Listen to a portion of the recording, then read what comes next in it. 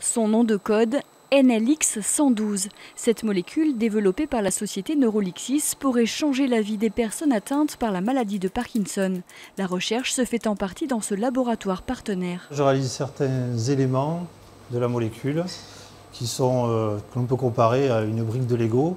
La molécule finale, celle qui est utilisée par la société Neurolixis, étant l'ensemble, le jouet final qu'a l'enfant avec son Lego. Donc moi je prépare une petite brique de cet élément.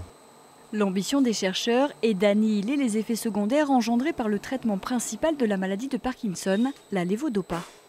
La lévodopa induit, après quelques années de traitement, des effets secondaires assez graves qu'on appelle les dyskinésies. Ce sont des mouvements non contrôlés qui se manifestent chez le patient.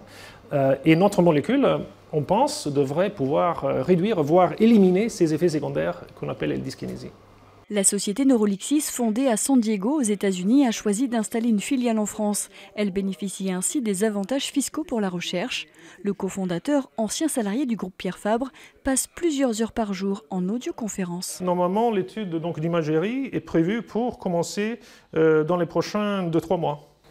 Son entreprise sous-traite tous ses travaux avec des experts du monde entier. Pour trouver les personnes qui sont vraiment les plus compétentes dans un domaine donné, on ne les a pas forcément à côté ici, donc on est ici à Castres, Mazamet, mais il faut les chercher parfois assez loin pour trouver vraiment les personnes qui ont les compétences spécialisées dans le domaine qui nous intéresse.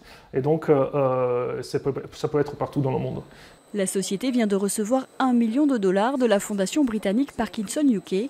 Cette somme va lui permettre de préparer les essais cliniques. Si tout est conforme, ce nouveau médicament pourrait commencer à être prescrit en 2023.